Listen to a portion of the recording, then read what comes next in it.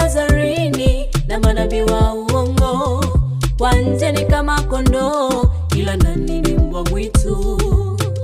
Mtawatambua kwa matunda yao. Mtawatambua kwa matunda yao.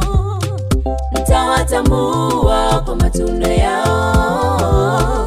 Mtawatambua kwa matunda yao. Si kila mtu asemaye Bwana Bwana ataurithi ufalme wake Bwana, bali atendaye mema na haki, afanyaye mapenzi yake Baba. Bali atendaye mema na haki, afanyaye mapenzi yake Baba.